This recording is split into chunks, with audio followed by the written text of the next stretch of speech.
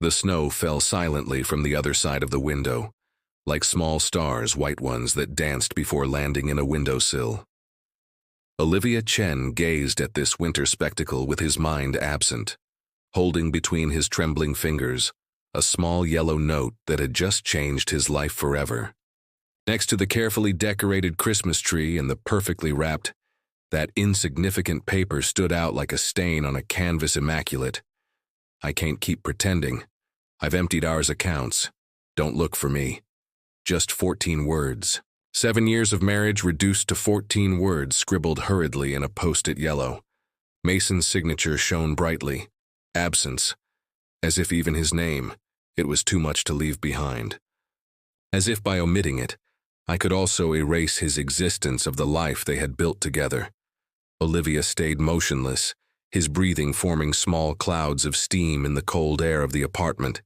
The heating system there was stopped working. Go 3 days due, and Mason had promised to call the repairman. Another lie to add to the long list that Olivia was just beginning to uncover. With fingers numb from the cold and the shock, took his phone and dialed the bank number. The conversation, it was brief and devastating. The joint accounts were completely empty.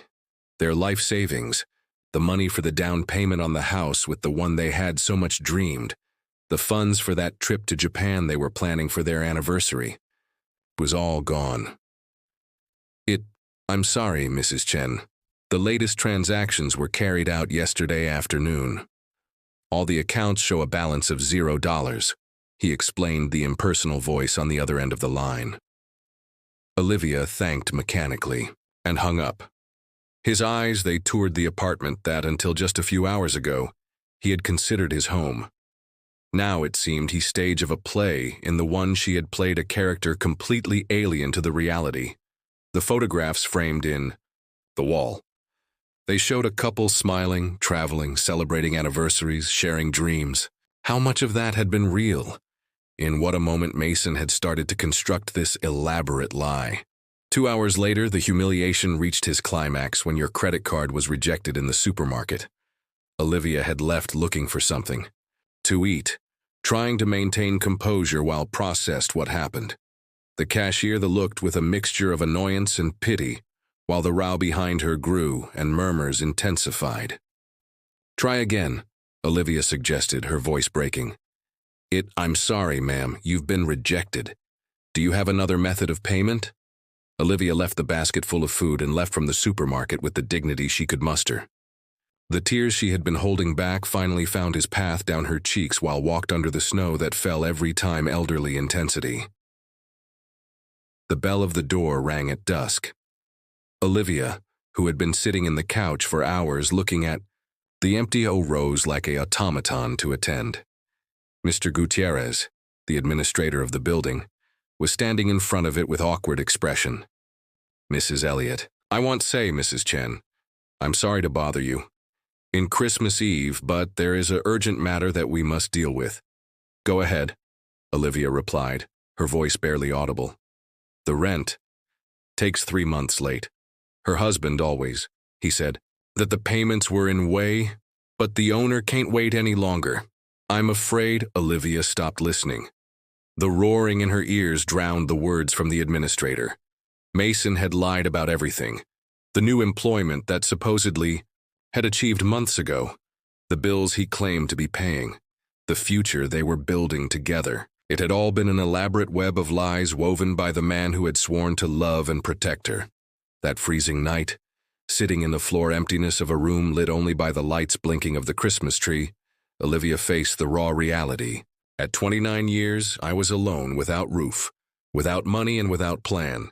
All that remained was the constant ticking of the clock Ancient inherited from his grandma, the only thing of value Mason had left behind, probably because its value was more sentimental than monetary.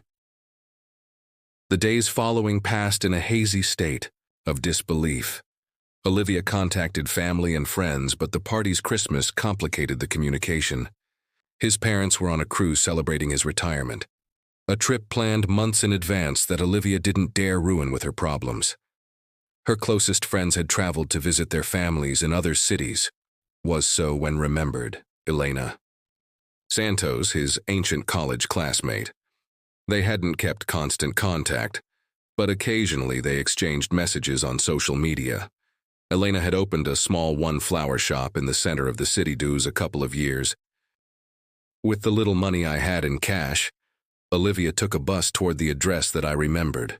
The Santos flower shop was a small corner shop, decorated with garlands, Christmas wreaths, and holly wreaths. The tinkling of the bell advertisement. Her entrance, and Elena appeared from the back room, drying hands in a green apron. "Olivia, what? Surprise!" he exclaimed, but his smile faded when he saw the state she was in his old friend. "What a past?" 3 hours and many tears later, Olivia had recounted the entire story. Elena listened with attention, offering you tissues and hot chocolate. "Can't offer you a lot," Elena said finally, placing a fresh cup of coffee made in the small table of the study located in the back of the flower shop. "But this space is yours for the time you need, and the job in the store, if so want." 3 months later, from abandonment, Olivia looked at her ancient college classmate with a mixture of gratitude and shame in equal proportions. "I don't know how, thank you," he murmured, his hands clutching the cup to absorb heat.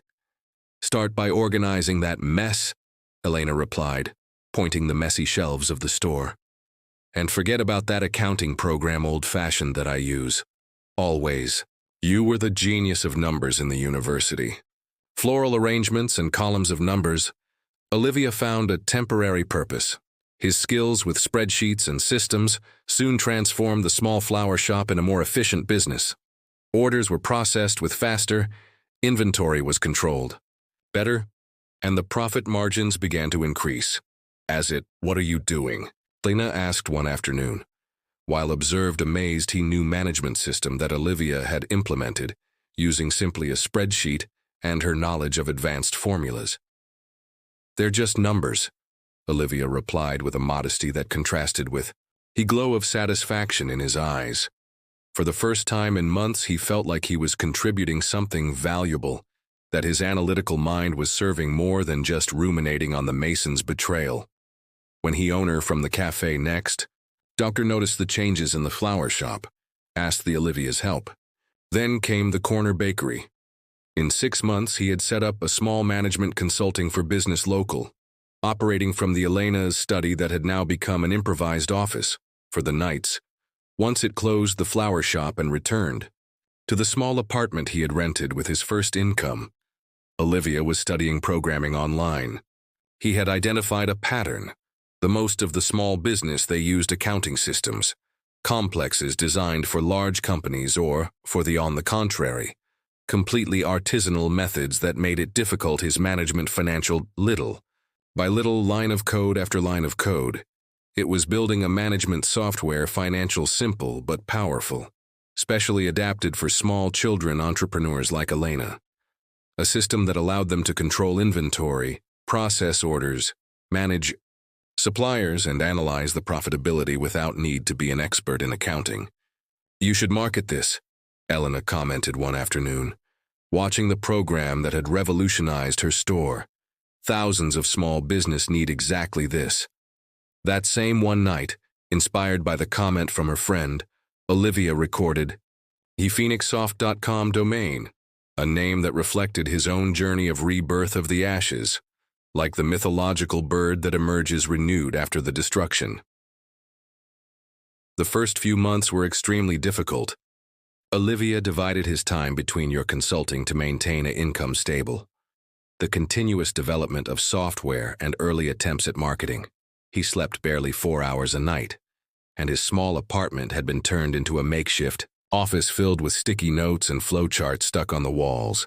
The first customer arrived almost by chance, an owner of a musical instrument store who had ear talk of the miracle system that had transformed the Elena's flower shop. Olivia installed a beta version of the software, adjusting it to the specific needs of the business. A week later, the owner of the store recommended 2 other merchants. The snowball began to roll slowly. Each new client meant an adjustment to the system, improvements in the interface, New features that Olivia implemented working until the early hours of the morning.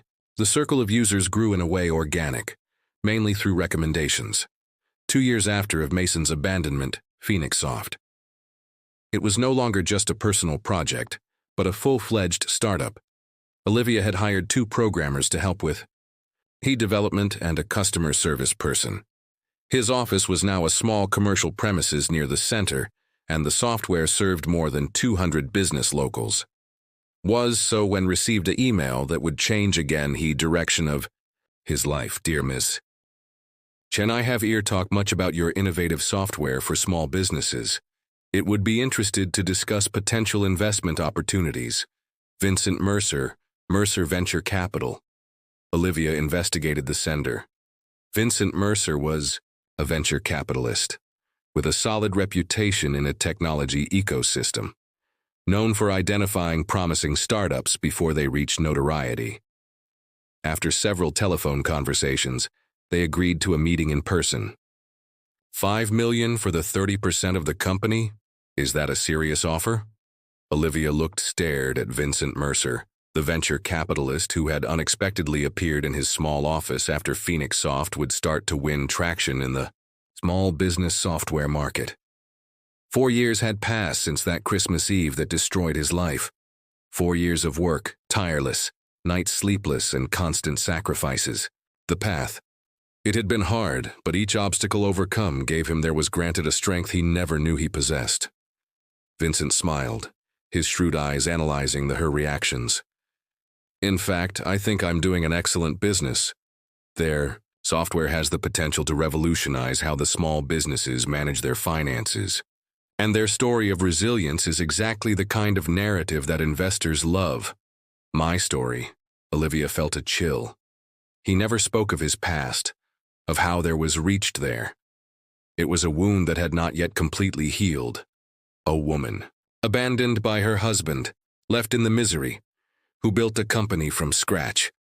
He made an all-encompassing gesture. Inspiring.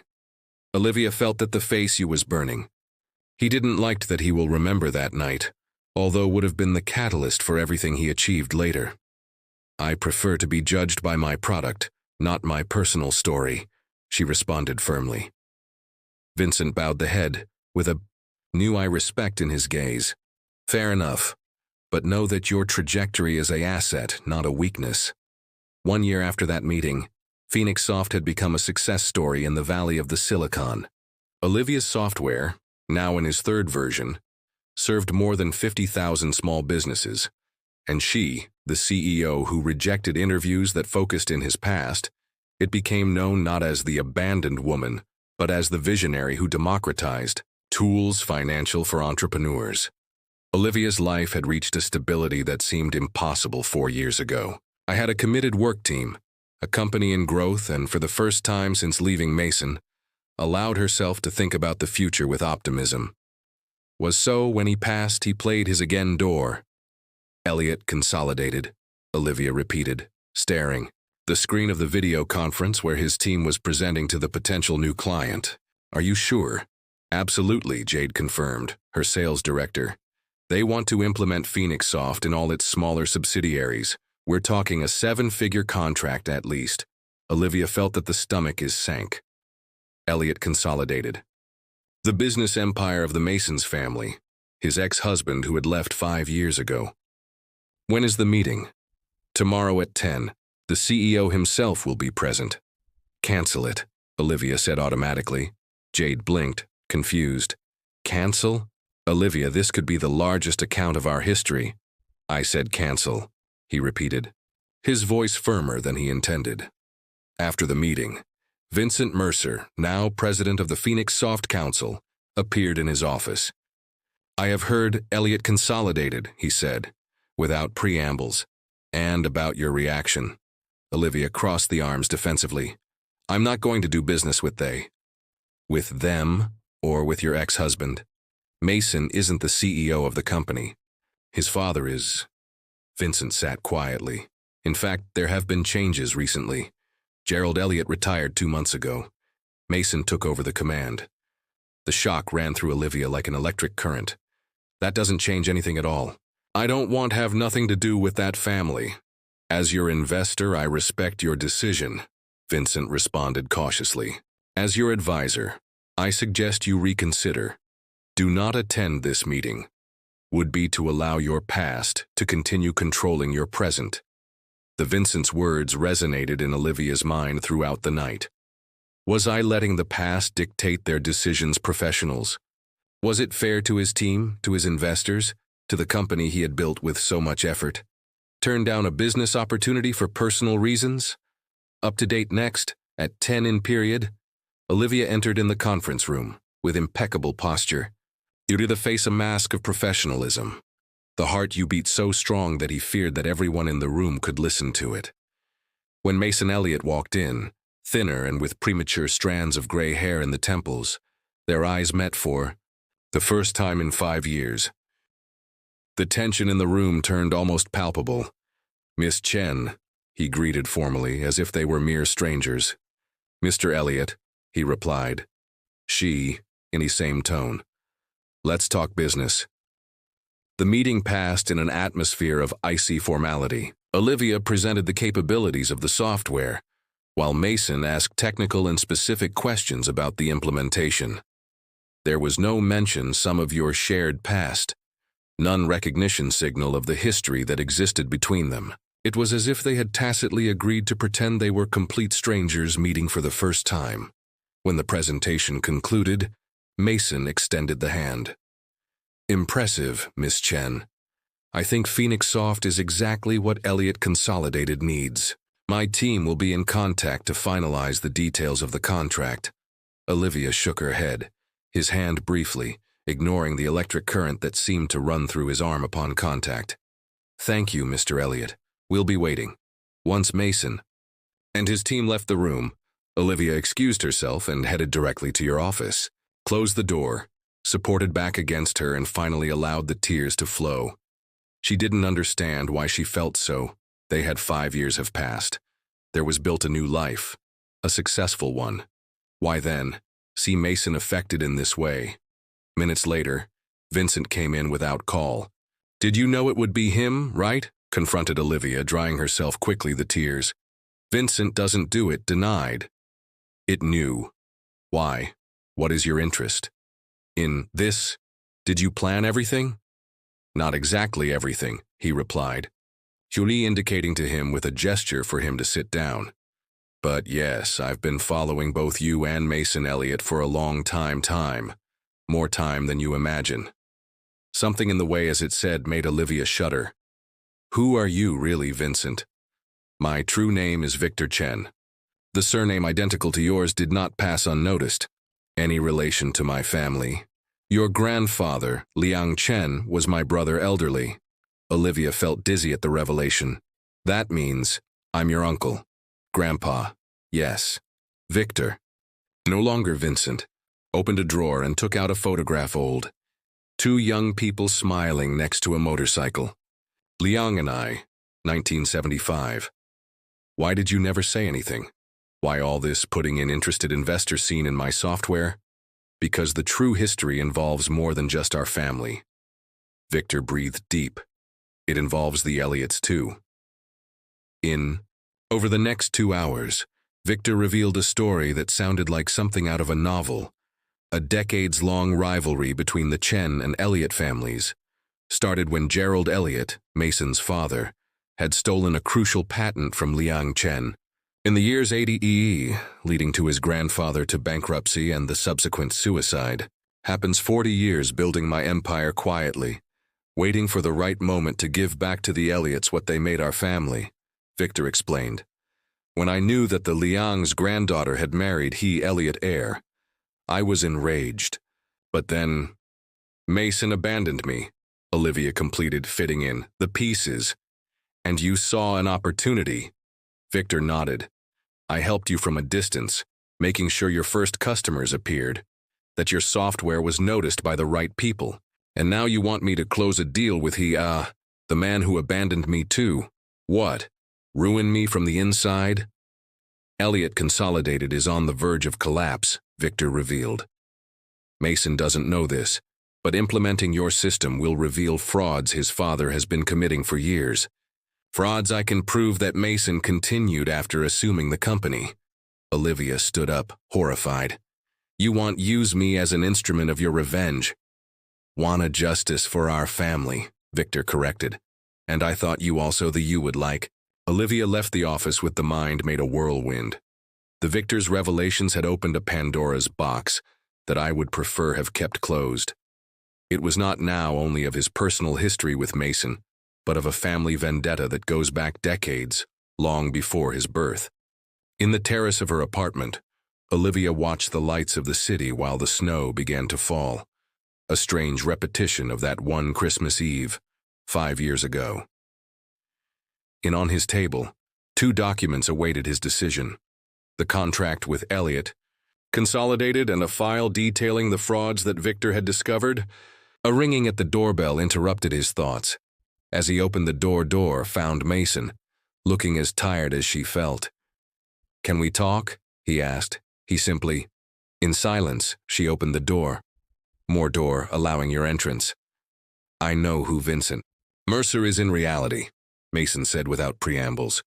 Or better said, Victor Chen. Olivia did not show surprise. When it did, you discover.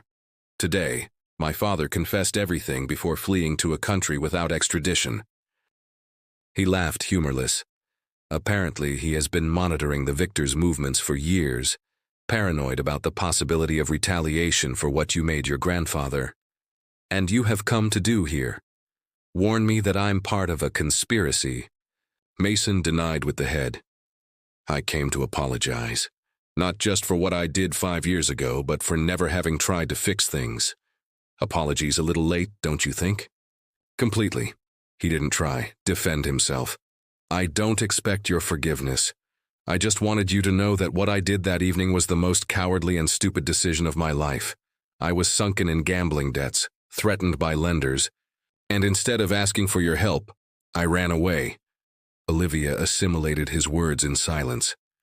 I also came because I know what Victor is planning, Mason continued. If we sign that contract and implement your software, he'll use the evidence of fraud to completely destroy the company. Wouldn't that be fair? Because of what your father did. 5,000 people work at Elliot Consolidated and its subsidiaries, Mason replied. People who have nothing to do with what my father did decades ago. Olivia turned around toward the window again, watching the snow that was falling now with elderly intensity. That you would do you in my place, Mason? Honestly, I don't know. I've been trying to fix the company since I took over, discovering new schemes and frauds every week. He sighed. Maybe we deserve to go bankrupt. Silence stretched between them, broken only by the ticking of the your watch grandmother, the same as Mason had left behind that fateful night. I loved you, you know, Olivia finally said, still staring out the window. I really did. I know, Mason replied quietly. And I you. That was my greatest failure, ruining the only truly valuable thing you had because you were afraid to face the consequences of my mistakes. Olivia turned to look at him. Directly, looking into his eyes, any hint of dishonesty, any sign that he was being manipulated again. She only found regret and deep sadness. Give me time, he said finally. I need to think. During the days following, Olivia barely slept. The revelations of Victor and the Masons' reappearance had stirred emotions I thought had been buried long ago. A lot time.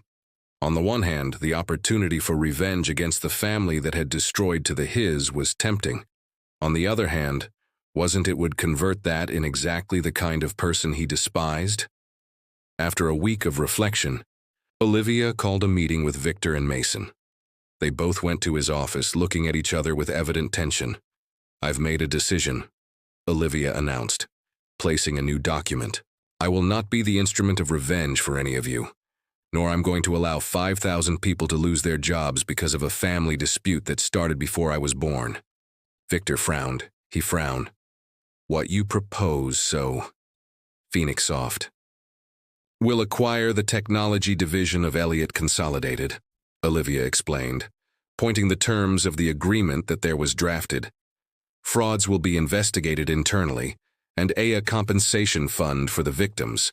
There will be no public scandal, nor bankruptcy, nor revenge, only justice and reconstruction, and one eye with this. Victor questioned, clearly dissatisfied. With the solution. A legacy, Olivia replied firmly. Part of the recovered funds will fund the Liang Chen Foundation, which will support young inventors from disadvantaged backgrounds. Your brother will be remembered not as the victim of fraud, but as the inspiration for future generations of innovators. Victor remained silent, considering the proposal. Finally, a sad smile appeared in his face. Liang always was a better person than me. I think he there would be liked this solution. The announcement surprised the market 6 months later of the confrontation between Olivia, Mason, and Victor. The solution Olivia had devised was complex but elegant. Instead of exposing the frauds publicly, structured a partial acquisition that saved the jobs, while isolated the problematic parts of the company for its restructuring. Was the decision correct? Elena commented, now Director of Social Responsibility at Phoenix Soft, while they walked through the company's new campus. Revenge would only have perpetuated the cycle. Victor eventually accepted his plan, recognizing that the Olivia solution offered something more valuable than the revenge, legacy. The Liang Chen Foundation, created with part of the recovered resources, he financed now to young inventors from disadvantaged backgrounds. As for Mason, he paid for his mistakes in a different way, by working tirelessly to legitimately rebuild what remained of the family business, under the supervision by independent auditors. Olivia and he did not become a couple again. Some bridges, once broken, cannot be rebuilt, but they found a mutual respect that neither of them would have imagined possible. In that Christmas Eve, exactly 6 years after from abandonment, Olivia observed the snow fall from the terrace of his office. The familiar ticking of the Your Watch grandmother, now hanging in the wall, marked he time, no longer as a reminder of losses, but as a witness to their crossing. His phone vibrated with a message, a photo of the new plate in the entrance to the Liang Chen Innovation Center sent by Victor. Some ghosts of the past never completely disappears, Olivia thought, but we can choose as mold our future. The snow continued falling, covering the city with a white blanket of possibilities. And for the first time in a lot time, Olivia allowed herself smile at the future, with all its uncertainties and promises. I had survived the betrayal. There was built an empire since the ashes, and had chosen the compassion above revenge. Didn't know that you provided mourning, but had learned that the true strength did not reside in the power nor in the revenge, but in the ability to rebuild itself same when all seemed lost. Phoenix Soft there was grown to become a company valued at hundreds of millions of dollars, but its greatest achievement was not measurable in financial terms. It was the path that had been traveled, the scars that had become medals, and the inner peace he had finally found. That night, after years, Olivia slept soundly without nightmares about betrayals past, neither fears about the future. The clock on your grandmother kept marking the past of the time, but now his ticking, it sounded more like a melody than a count regressive. The story of Olivia Chen, as the of the phoenix whose name had adopted for his company, was a testimony of rebirth, of transformation, of the pain on purpose, of the adversity in chance. While the last lights of the city faded beneath the blanket of snow, Olivia understood a fundamental truth. Sometimes, everything needs to fall apart. In order to build something stronger, more authentic and more beautiful, and in that process of destruction and reconstruction, we find out who we really are. The circle had closed, of the ashes to rebirth, from the despair to triumph, from the loneliness to a new form of connection with the world. Olivia Chen had completed her metamorphosis, and the future, with all its unexplored possibilities, awaited.